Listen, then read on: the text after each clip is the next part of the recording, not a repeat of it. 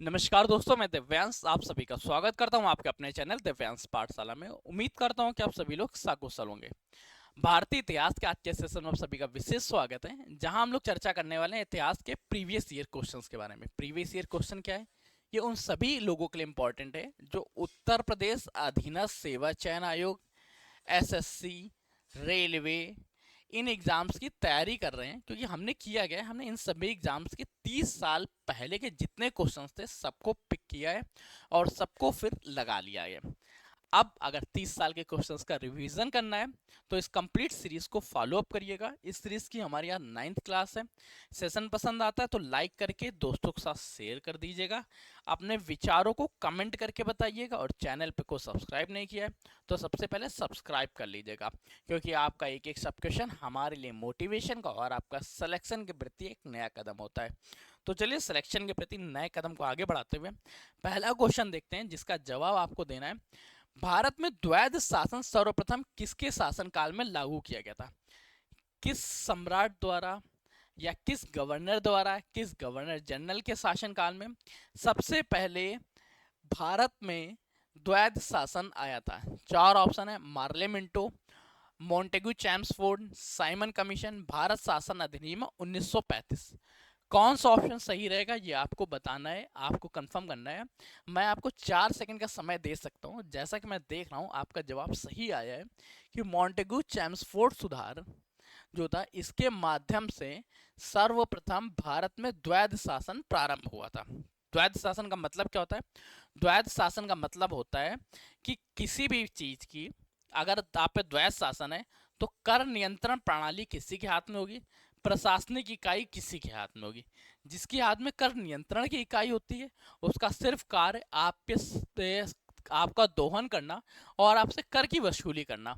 और जिसके पास प्रशासनिक स्तर होता है, जब उसको आपसे कोई प्रॉफिट ही नहीं हो रहा है तो वो आपको प्रशासनिक सुविधाएं क्यों प्रोवाइड करेगा? अगला देखते हैं। जवाहर रोजगार योजना का प्रमुख परीक्षण चल रहा है। जवार योजनाओं का परीक्षण कहाँ कहाँ चल रहा है? ग्रामीण क्षेत्रों में अनुसूचित जाति के बीच गरीबी हटाना इसका था, ग्रामीण क्षेत्रों में अतिरिक्त मजदूरी रोजगार के अवसर पैदा करना, शहरी क्षेत्रों में या ग्रामीण युवाओं में स्वरोजगार के लिए प्रशिक्षण देना। देख लो, जो जो जवाहर योजना थी इसका मुख्य लक्ष्य था ग्रामीण क्षेत्रों में अतिरिक्त मजदूरी रोजगार के लिए अवसर पैदा करना। कुछ ऐसे रूल्स बनाए जाएं, कुछ ऐसे पॉइंट्स क्रिएट किए जाएं जिसके माध्यम से ग्रामीण क्षेत्रों में थोड़ा रोजगार और हो सके, उनकी आय को बढ़ाया जा सके। अर्थात इसका ऑप्शन नंबर क्या रहा? इसका ऑप्शन नंबर बी सही रहा। नेक्स्ट क्वेश्चन देखते हैं क्या पूछ रहा है। नेक्स्ट क्वेश्चन पूछना चाहता है किस मुगल शासक को जिंदा पीर या जीवित संत का नाम दिया गया? चार ऑप्शन दिया गया: हुमायूं, औरंगजेब, अकबर, जहांगीर। जिंदा पीर या जीवित संत की उपाधि किसको दी गई थी? आप लोगों के पास 4 सेकंड का वक्त है। क्वेश्चन को ध्यान से देख लीजिए और अब जवाब दीजिए। तो चलिए, आपके 4 सेकंड इसी के साथ पूर्ण होते हैं। और ध्यान रखिएगा, औरंगजेब को जिंदा पीर या जीवित संत की उपाधि दी गई थी। अर्थात इसका ऑप्शन नंबर क्या रहा? बी। अच्छा, नेक्स्ट क्वेश्चन पढ़ते हैं। मध्यकाल में खेती को बढ़ावा देने के लिए दक्कन के शासकों ने इस्तवा जैसे उपाय अपनाए। इस्तवा क्या है? इस्तवा क्या है? इस्तवा था क्या? ये एक मूल्यांकन की प्रक्रिया है जो राजस्व का निर्धारण करती है। राजस्व मतलब क्या है? टैक्स का निर्धारण करती है। प्राचीन काल में टैक्स किसके पे लगता था? वैसे टैक्स तो बहुत चीजों पे लगता था, परंतु मुख्य रूप से भूमि कर लगता था। ठीक है, ध्यान रखिएगा। इस्तवा क्या है? भूमि कर है, भूमि राजस्व का रियायत मूल्यांकन है। किस तरह से उसका मूल्यांकन किया जाए कि आप पर कितना टैक्स बनता है। ऑप्शंस दिए गए थे 4। उम्मीद है आप लोगों को सही जवाब मिल गया होगा। अगले क्वेश्चन पे बूस्ट करते हैं, देखते हैं अगला क्वेश्चन क्या है। मंगल पांडे कहाँ के सिपाही थे? अरे यार, ये तो क्वेश्चन तो एकदम वो ऐसा है कि आंख बंद करके याद आ जाता है। मंगल पांडे कहाँ के सिपाही थे? 4 ऑप्शन दिए गए हैं। ऑप्शन नंबर डी में लिखा है इनमें से कोई नहीं। कुछ नया हो या कोई नया ऑप्शन आपके में हो, अगर आप डी लगा रहे हैं तो सिर्फ डी मत लगाइएगा, इसके साथ आप जवाब भी दे दीजिएगा आपको क्या लगता है। बैरकपुर छावनी, ठीक है। 34 बंगाल नेटिव फैक्ट्री के मंगल पांडे सिपाही थे। अर्थात इसका ऑप्शन नंबर क्या रहा? ऑप्शन नंबर बी सही रहा। अगले क्वेश्चन को स्विच करते देखते हैं। अगला क्वेश्चन क्या है? पानीपत की दूसरी लड़ाई किसके बीच लड़ी गई थी? बाबर व लोधी के मध्य, अकबर और हेमू के मध्य, बाबर और ब्रिटिश सेना के मध्य, या बाबर और लोधी के मध्य। चार ऑप्शंस में से आप सही जवाब दीजिए। उम्मीद करता हूं कि 4 सेकंड के अंदर आप सही जवाब दे रहे हैं। चलिए, याद रखिएगा, जो पानीपत की सेकेंड वार लड़ी गई थी, ये अकबर और हेमू के मध्य लड़ी गई थी। किसके? अकबर और हेमू के मध्य लड़ी गई थी। ऑप्शन नंबर क्या यहाँ कहीं है? ऑप्शन नंबर यहाँ पे बी सही हो जाएगा आपका। अगले क्वेश्चन को स्विच करते देखते हैं अगला क्वेश्चन क्या है। अगला क्वेश्चन पूछ रहा है, गीत गोविंद के लेखक कौन है? जयदेव, रविदास, कालिदास, कबीर। चार ऑप्शंस हैं, 4 सेकंड का समय है, कमेंट जल्दी जल्दी करते रहिए। गीत गोविंद के लेखक चर्चा करें तो गीत गोविंद लिखी गई थी जयदेव द्वारा। जयदेव किसी ऑप्शंस में दिया गया, ऑप्शन नंबर डी में है, तो अर्थात ऑप्शन नंबर डी इसके लिए सही हो गया। अगले क्वेश्चन को स्विच करते हैं, देखते क्या है। निम्न में से किस राजवंश के शासकों ने देवपुत्र की उपाधि धारण की थी? किस वंश के शासकों को देवपुत्र के नाम से जाना जाता था? मौर्य वंश, कुषाण वंश, शुंग वंश या शक वंश? याद रखिएगा, देवपुत्र या देवी के पुत्र के बारे में चर्चा करेंगे तो देवी के पुत्र हम लोग बोलते थे कुषाण वंश के शासकों को। कुषाण वंश को क्या बोलते थे? देवपुत्र की उपाधि देते थे। ऑप्शन नंबर क्या रहा है इसका? ऑप्शन नंबर सी सही रहा। अगले क्वेश्चन को देखते हैं क्या है। अगला क्वेश्चन पूछ रहा है, गुलनाबाद की लड़ाई महमूद होतकी के नेतृत्व में कितने वर्षों तक लड़ी गई थी? कुल कितने वर्षों तक गुलनाबाद की युद्ध लड़ा था? किस वर्ष में, कितने वर्ष? अच्छा, तो 1 साल तक चली थी, कुछ ही दिन की थी। अच्छा, किस वर्ष में? ठीक है, यहाँ पे एक ऑप्शन गायब है कि नेतृत्व में किस वर्ष में, कब लड़ाई हुई थी? 1770 में, 1722 में, 1712 में या 1702 में? तो याद रखिएगा, गुलनाबाद की जो युद्ध थी 1722 में लड़ी गई थी। ऑप्शन नंबर क्या है? ऑप्शन नंबर बी सही रहा। अगले क्वेश्चन को देखते हैं। अगला क्वेश्चन क्या है, गौतम बुद्ध की मृत्यु किस वर्ष हुई थी? चार ऑप्शन है, 483 ईसा पूर्व, 468, 453, 438 ईसा पूर्व से का जन्म होता है ईसा मसीह के जन्म से पूर्व। ईसा मसीह के जन्म को हम लोग 0 ईयर काउंट कर लेते हैं। उनके जन्म से किस वर्ष पूर्व से गौतम बुद्ध की मृत्यु हुई थी? तो याद रखिएगा, 483 ईसा पूर्व गौतम बुद्ध की मृत्यु हुई थी। मतलब ईसा मसीह के 483 साल पहले।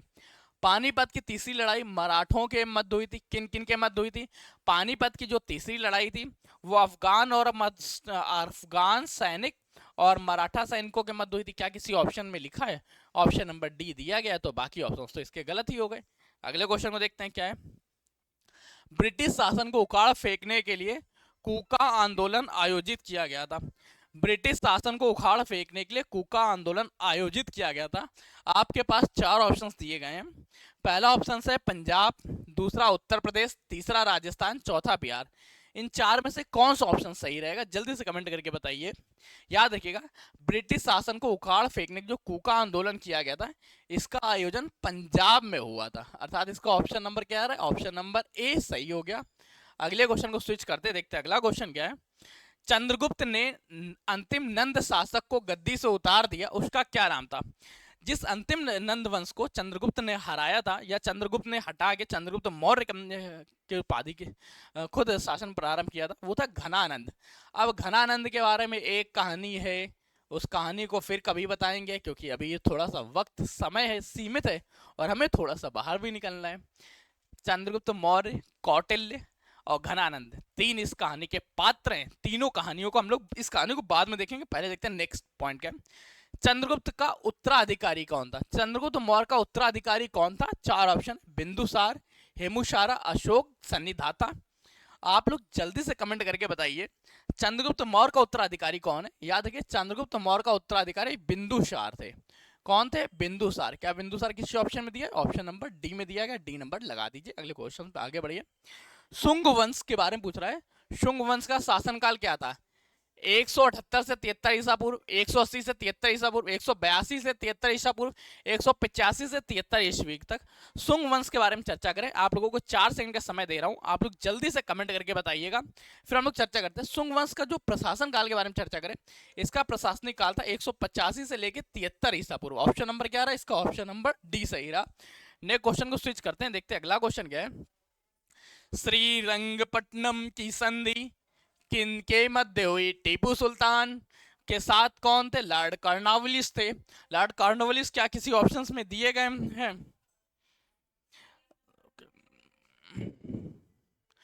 श्रीरंगपट्टनम की सत्ती, टीपू सुल्तान और लॉर्ड कॉर्नवालिस बंद, lord Cornwallis option number B में आता है, जिसका ऑप्शन नंबर बी सही हो गया। अगले क्वेश्चन देखते हैं क्या है।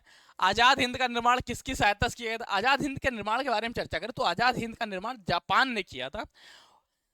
आजाद हिंद का निर्माण किसके द्वारा किया गया? सॉरी, आजाद हिंद का निर्माण किसके द्वारा किया गया था, वो भी ऑप्शन याद रखिएगा, ठीक है। एक सेकंड, इस क्वेश्चन को थोड़ा सा पॉज करो, नाम क्यों भूल गया मैं।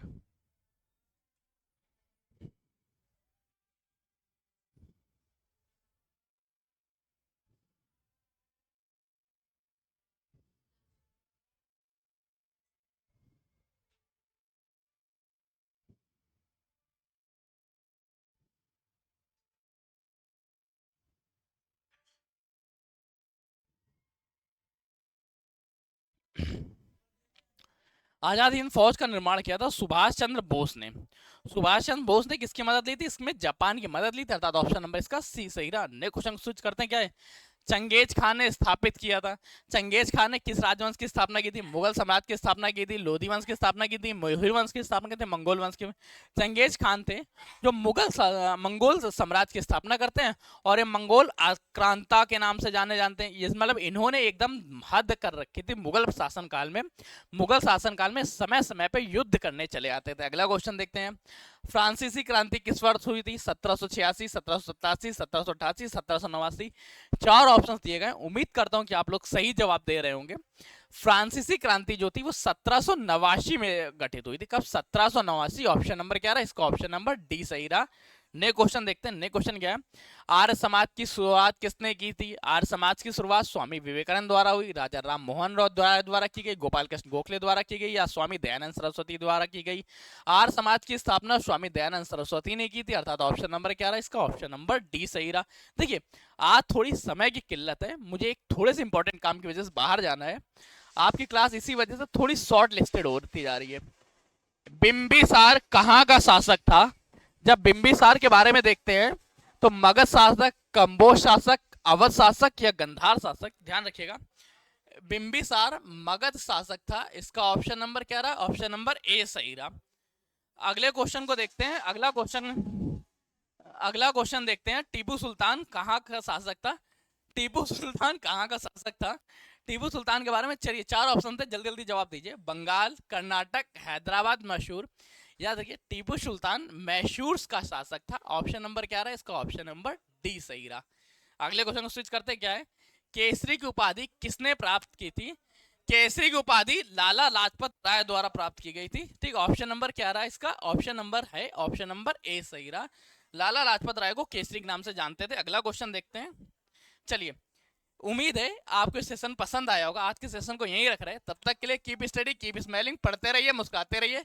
पढ़ाई मुस्कुराहट एक साथ अच्छी लगती है, अकेले में दोनों अधूरे। मिलते हैं अगले सेशन में। धन्यवाद दोस्तों। हाँ बाबू।